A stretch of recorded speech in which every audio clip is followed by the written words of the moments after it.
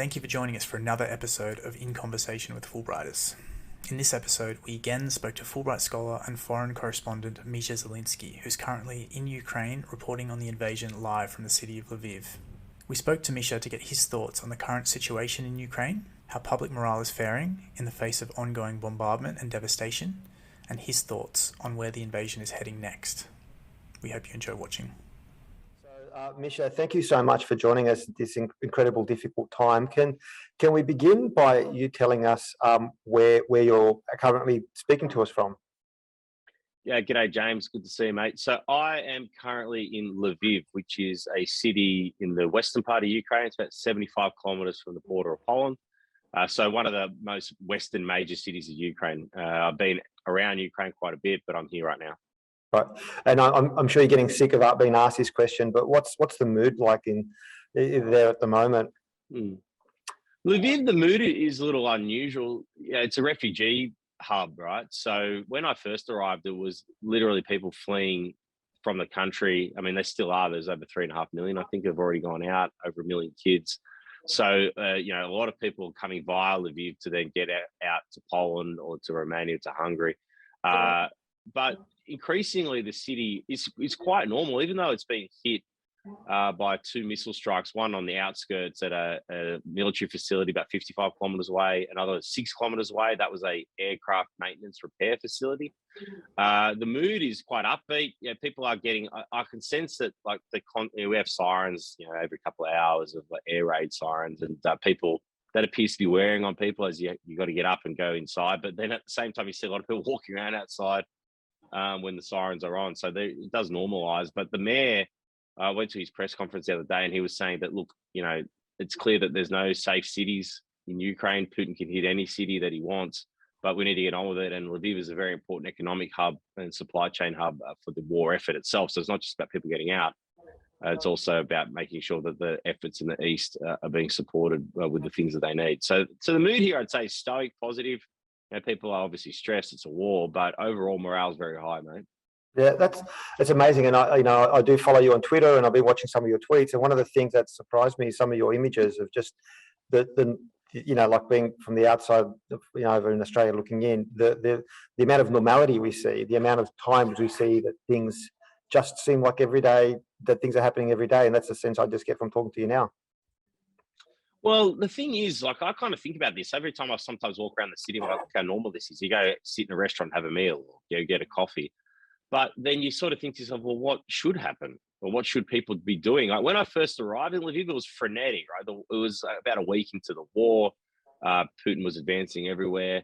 And there was like a kind of almost frenetic panic or manic activity in the city, people running around, like literally like old, ladies and young kids, and like running to like supply depots with bags of things to give the war effort. It was very well-meaning, clearly, but quite chaotic and panicked. Whereas now people have adjusted to the life of, well, this is where we're at. Make the risk assessments if there are warnings, but otherwise you have to try to get on with it. And critically, the country's got to keep making money. People need to be able to, support themselves if they have jobs. If businesses can be active, then they should be, because they can continue to employ people and pay wages and support efforts, and also make things that are needed. And that I suppose you're right. People adapt and they carry on, like you said. The country needs to go on.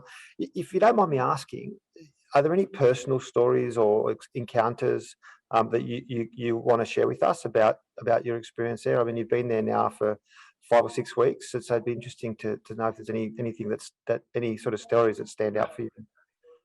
Well, I mean, James, I've written extensively about this for the Financial Review, which I'm sure you've been reading every day. But if you haven't, I'm more than happy to share some stories. Look, I mean, there's so many, right? I mean, it's like things that happened to me 3 weeks ago feel like a lifetime ago.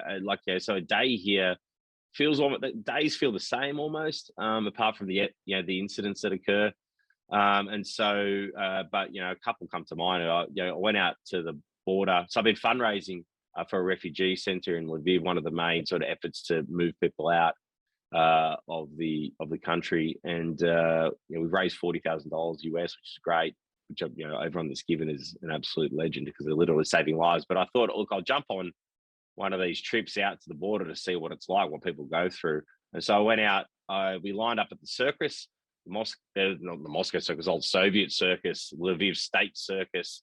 And, you know, I was kind of looking at mothers with their children and, you know, pointing at, you know, kids are looking at the circus, but it might be the last thing they ever see. The circus is clearly closed. They're getting on a big yellow bus to drive out to the border, and you know, who knows when they'll be home, right? So it was really quite tragic. So I went out to the border with 200 people, and watching them, you know, leaving their country was really quite sad. I helped an elderly woman, 82-year-old woman, take her bags because she was literally had a crutch under her left arm, a walking stick in her right arm, and had a crook of one bag in one of her arms, and said, "Can you carry this other bag?" And she said, "Look, I've got this my whole life in one bag, you know, 82 years." And she told me about how her house had been blown up in Kharkiv, and how she then had to endure over 30 hours, I think 36 hours on a train to Lviv. This was just to get to Lviv, and they had to lay down at times because of the sirens, you know, the fears of there being bombing near the rail line.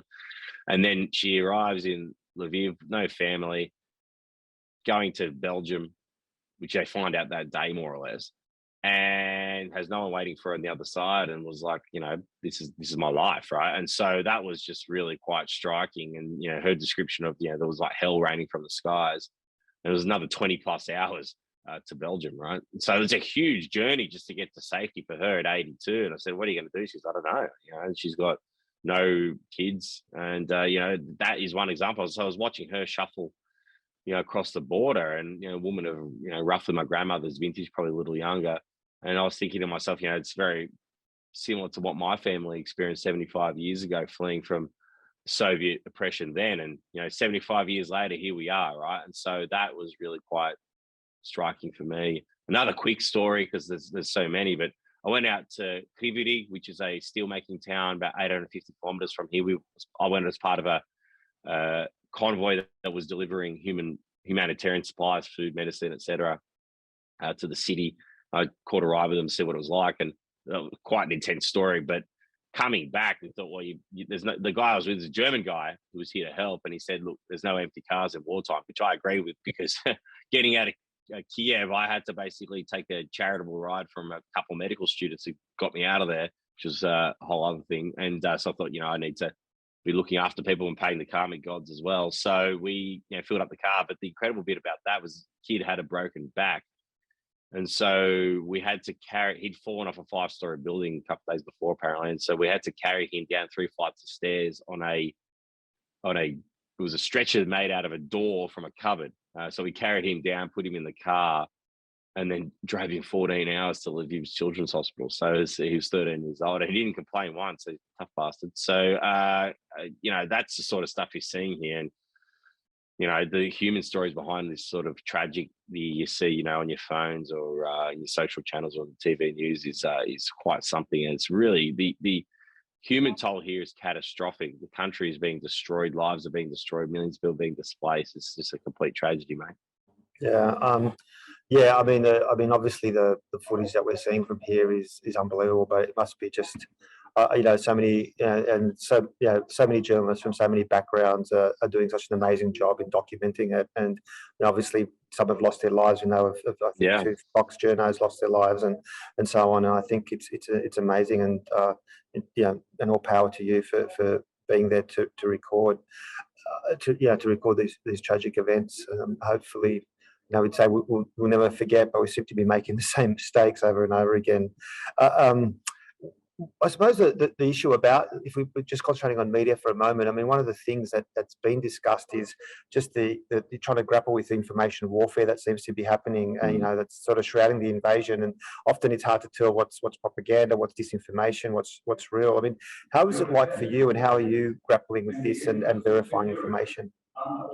Well, it's a really good question. I mean, the first thing to sort of bear in mind is that this is really the first smartphone war that we've seen, right? So 1991, the Kuwait invasion to fight Saddam Hussein by the allies led by the US was the CNN war, as they called it, first 24-hour news war.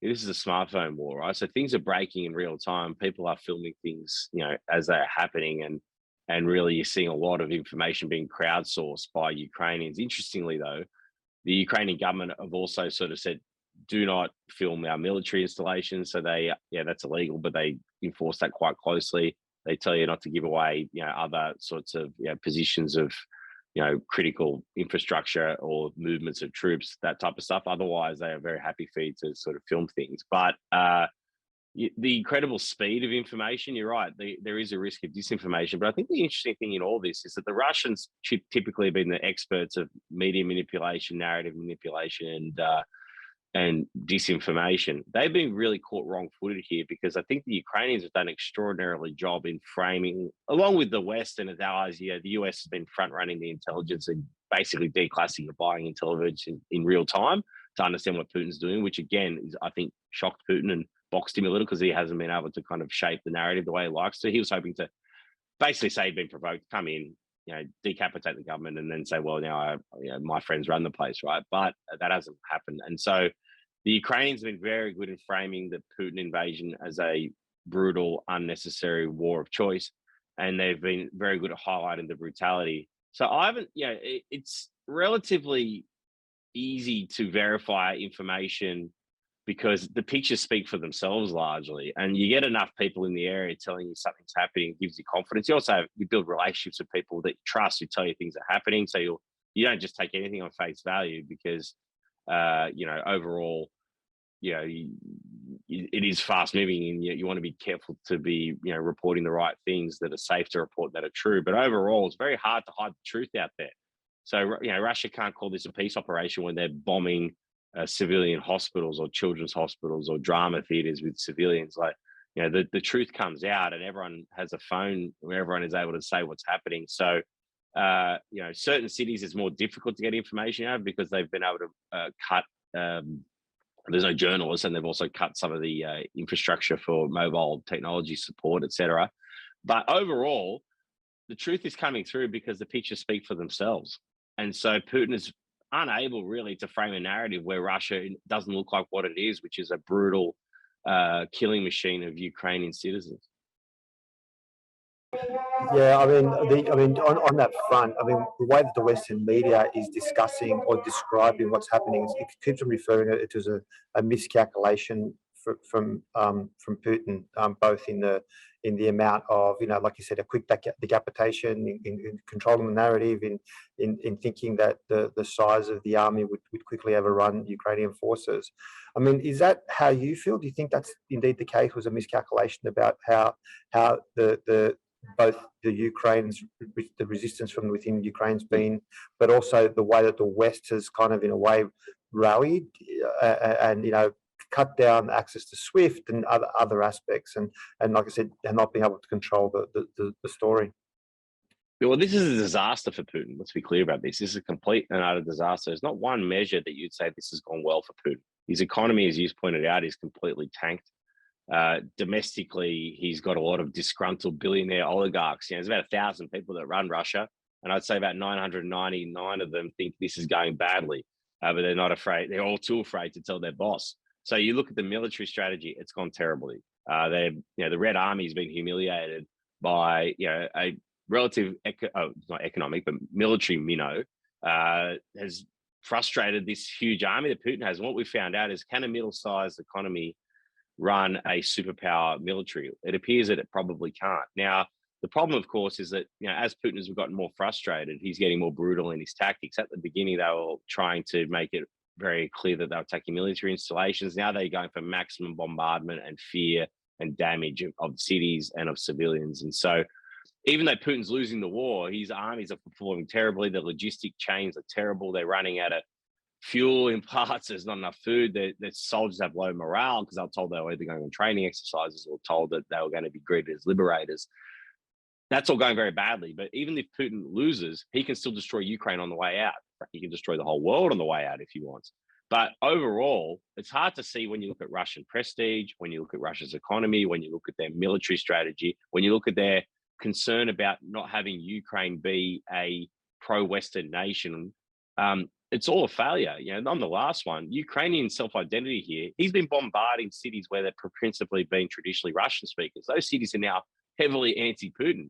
And why wouldn't they be? They're being attacked by the guy, right? So the people he's supposedly coming to, inverted commas, liberate, feel, that this person's here to kill them, and that, that the Ukrainian upswing in Ukrainian passion and identity is extraordinary. I was here a week before the war. It was pretty muted. Now it is really visceral and powerful. So overall, as a disaster for Putin, he thought, he had a 24-hour strategy: get in, knock over the government, have Zelinsky walking down the street, in chains, and then a new government in place. They signed some kind of peace treaty with Russia, invite his 200,000 troops in, and dare the West to come get him. Now, in that scenario, it probably looks pretty good for Putin, because the West, up until that point, has been pretty weak in sanctioning him for any of his behavior, where it be killing, Russian people in other countries, whether it's arresting, domestic political opponents, whether it's crushing his media, whether it's, all sorts of outrageous behavior, including the interference in the 2016 US election. He, up until now, has probably had no reason to think that this would be met with anything other than a shoulder shrug. Nothing really happened when he took Crimea. Nothing really happened when he started a war in Donbass of separatism, so in the eastern part of Ukraine. But the war has been so bad and so brutal that the West has finally got itself together and said no. And so the things that are going against it, how this is stuff Putin up, well, he probably never thought that if you get kicked off the SWIFT payment system, it's happened. We thought it'd be impossible for the United States to ban oil and gas imports. It's happened. Thought it'd be impossible for the Europeans to get off Russian oil and gas. Well, now they're looking to get off by 2030. And so what does Russia's economy look like in 7-8 years? Very bad. And, it might stop in 2030, but if you're already dropping your production input by, over those years, then that's a lot of money that the Russians are going to miss out on. So there's significant and very punishing sanctions on the Russian economy are starting to bite. They're going to get worse. And all the things he feared, a united NATO, a Ukraine that wants to join the European Union and NATO, Sweden and Finland now having publicly popular positions of joining NATO. So all the things he feared, he's created for himself. So I don't think it's possible to stress the level of disaster that this is for Putin. What it looks like for him going forward, we don't know. Psychological profiles on Putin tend to suggest that he doubles down when he's in a corner. We're seeing that already. Every time he gets frustrated, the attacks on cities become more indiscriminate, more brutal. And he's got the capacity to flatten the city even as he loses the war and loses all his strategic objectives. So that's a strategic calculus for the West. But, certainly I think he has vastly underestimated determination for the West and Ukrainians to resist him.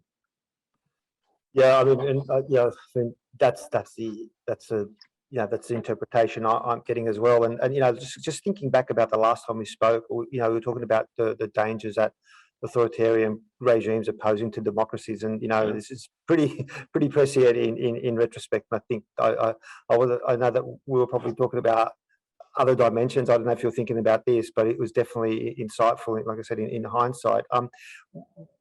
Obviously, there's various authoritarian regimes watching this very closely.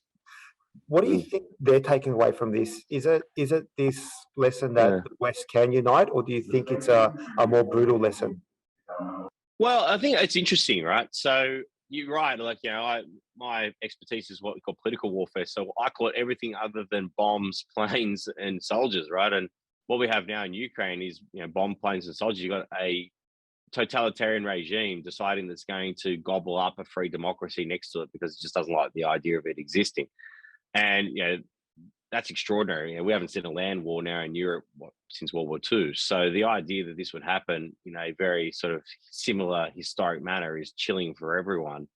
But why it's so important what happens here is that what happens in Ukraine matters everywhere. This is really the fight for global democracy. And global democracy has not been doing so well over the last 20 years. It's been a democratic recession. There are fewer democracies than there were in the year 2000. There are more authoritarian style democracies. They have elections, but they're broadly essentially authoritarian regimes, and that sort of freedom index, if you want to call it, has been on the slide. And so this is a big moment now. I think actually Putin's done a huge favor to democracies, because it's been very hard for people such as myself to convince people that there's anything at stake here. And then, it's a big concern, and and then you go back to, I don't know, look at Instagram or something. And so people now see that, no, these regimes are determined to destroy democracies because they don't just not like them. A democracy is a threat to an autocracy just by existing. By existing, it shows people that there's another way of living. in democracies, we don't love autocracies, but we can sort of learn to accommodate them as best we can. But for an autocracy, a democracy can't exist. And that's really the paradigm. Now, in terms of what others are seeing, I think the real interesting one here is Xi Jinping. They had this big friendship of no limits allegedly signed just before the war started, right around the time of the Beijing Olympics, and they're coming together. I think there's two things there for Xi. One is there's an opportunity for him to basically pick up Russia as a client state. Putin, if he gets this really wrong, Russia could essentially be so dependent on China that it becomes no longer its own free actor, but a client state of China, relying on Chinese trade, Chinese finance, etc. So there's an opportunity for Xi there, but he's also a very cagey operator, and he knows that how badly this has gone for Putin in terms of global reputation. And the United States made it very clear that if the Chinese start sending weapons or help to the Russian effort to destroy Ukraine and kill Ukrainians, that it'll be viewed very bad, essentially as an act of war. So he's got to put that into his calculus. But where I think this is particularly interesting is, what does this mean for Taiwan? Putin had a 24-hour strategy in terms of knocking over the Ukrainian government in Kiev, and relatively bloodlessly, and then daring the West to come get him. Xi Jinping's got a pretty similar strategy militarily, which is that through their missile technology, they want to continue to push out the US Pacific Fleet further and further out, basically out past what they call the first island chain, those chain of islands that sit around Chinese waters, and get to Taiwan very quickly in a kind of rapid assault, be in Taiwan, have control of Taiwan, and then dare the United States to stage a land invasion. That'd be a huge challenge for the United States and its allies to do that. It'd be very brutal war. What do you do, right? So, but if you miss on your 24-hour strategy, it starts to look like a massive disaster. And Putin he wasn't prepared for this particularly, and doesn't really know what he's doing as a result, and is making it up as he goes to an extent. Now, the consequences on Xi Jinping, if he were to miss Taiwan, would be even more profound. His economy is far more reliant and far more exposed on global trade than the Russian economy, and Russia's economy is cratered through these sanctions. So we rely on the Chinese economy, but they also rely on us as well. Those interrelationships are important. Hopefully, do stop war, right? But Xi's got to think about those sanctions, and he's also got to think about what it looks like if he misses. And it would look terrible militarily, but it would look very bad for him politically at home as well. Like the Chinese Communist Party would view that very dimly if it was, if he didn't succeed. And if I had to take a bet before this all happened, which country military could survive more than 24 hours out of Taiwan, Taiwan's democracy, or the Ukrainian democracy, I'd probably take a punt that the Taiwanese could hang on a lot longer. So they're much more sophisticated militarily, much easier to defend. It's not a land invasion; it's a maritime invasion. You got to use amphibious assaults. So it's very difficult to achieve.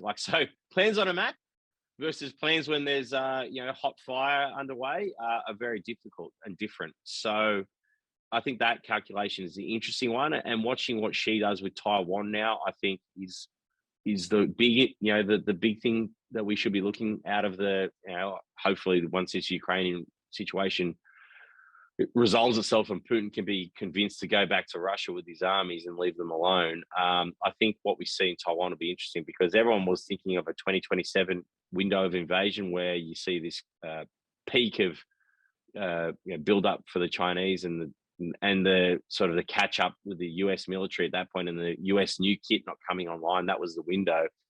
Putin may have saved Xi from making his own silly miscalculation through a dangerous invasion of Taiwan. So, just if you can get some insights about your position about the way that the West has been responding. Do you think, obviously President Zelinsky has been asking for a no-fly zone to be implemented. Putin said that's been that would be seen as an act of war.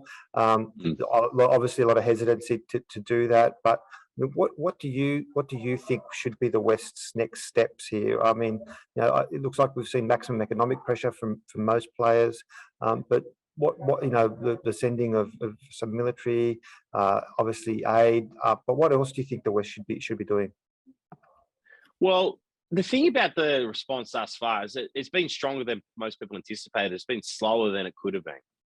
And, Ukraine could have been armed earlier. It wasn't. These sanctions could have come in sooner. The thing about sanctions is they're really a deterrent.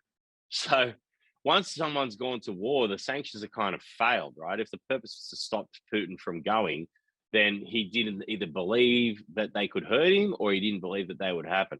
And so what tends to happen in a lot of these scenarios is you say, we won't do X. And it seems like it'll make sense at the time. And then when things start to get worse, you end up doing X. SWIFT payments, Russia can't possibly do that. It's a nuclear option. It ends up happening. Now, perhaps if that had been on the table at the beginning saying, Putin, you roll one tank into Ukraine, you will be off SWIFT payments. No ifs, no buts, you're out, right?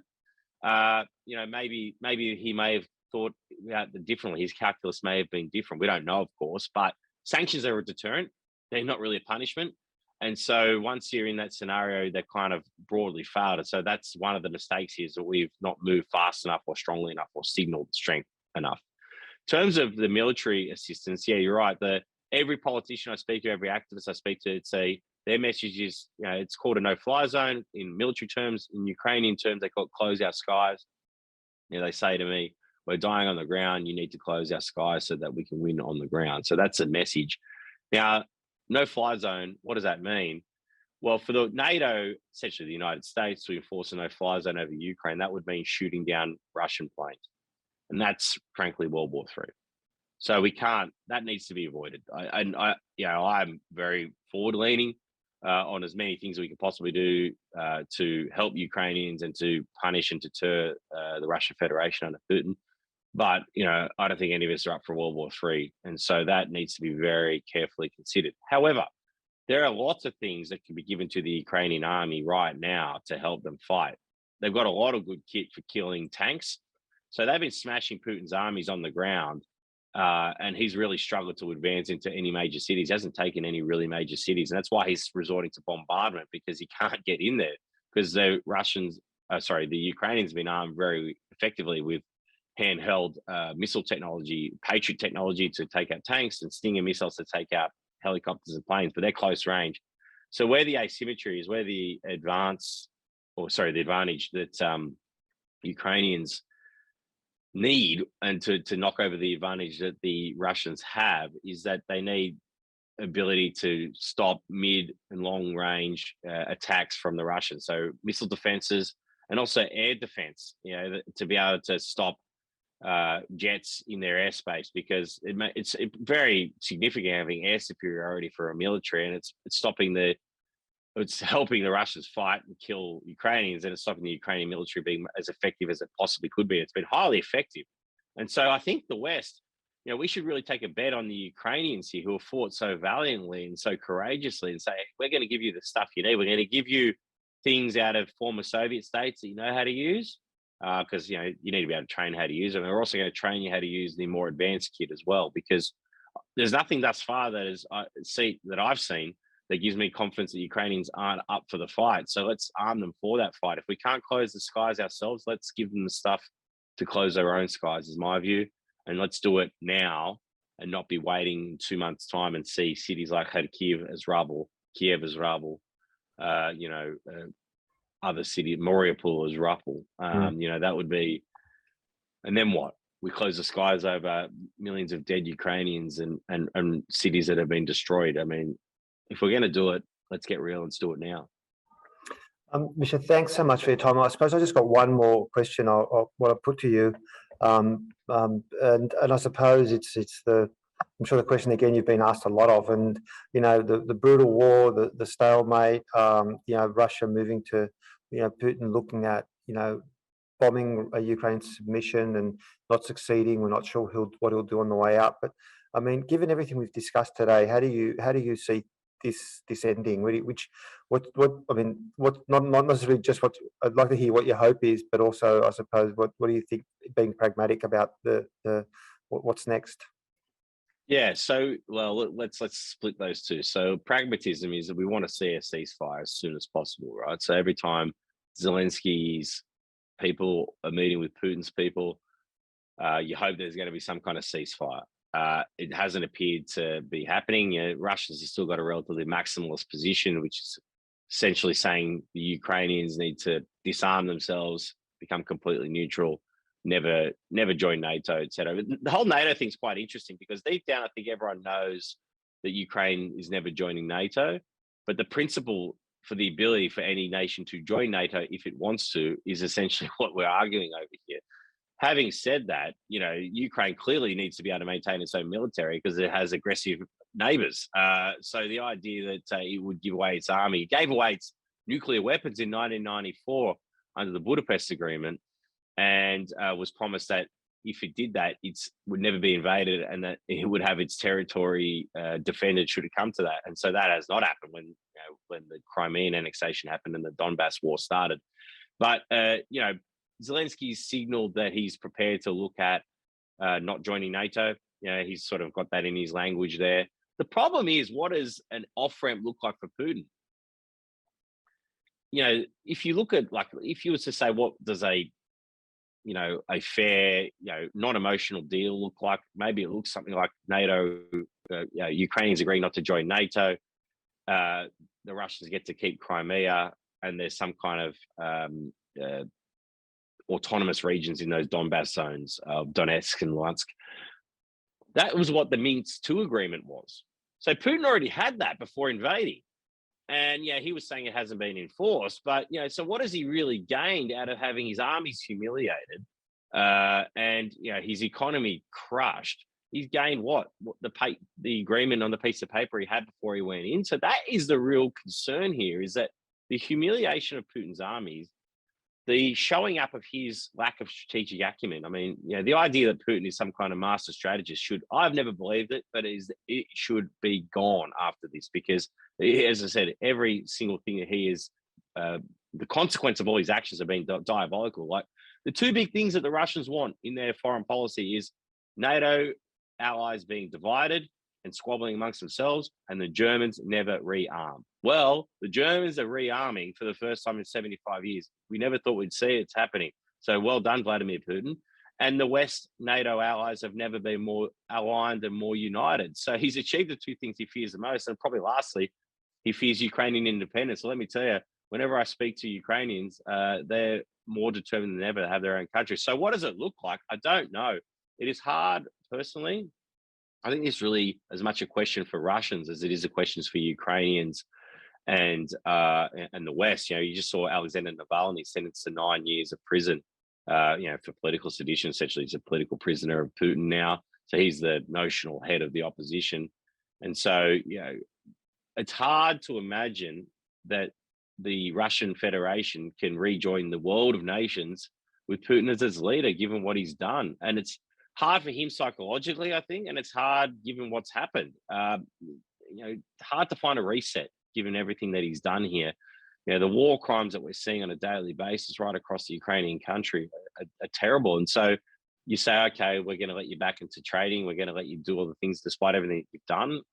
It's hard to see. But if Putin were to agree to some kind of Minsk II style agreement, then that might happen. I just struggle to see it, given everything that he's thrown all his chips on the table and walked away with something he already had. It's hard to see that for him emotionally. Yeah, thanks, Misha. It's really great insights, and I really appreciate you taking the time and the work you're doing there. And thanks again. Do take care, and I hope to see you home safe and sound soon. Can I give a quick plug, mate? Yeah, of course. So if people want to jump on my Twitter or Instagram, we're raising money for the local refugee center. We've raised about $40,000.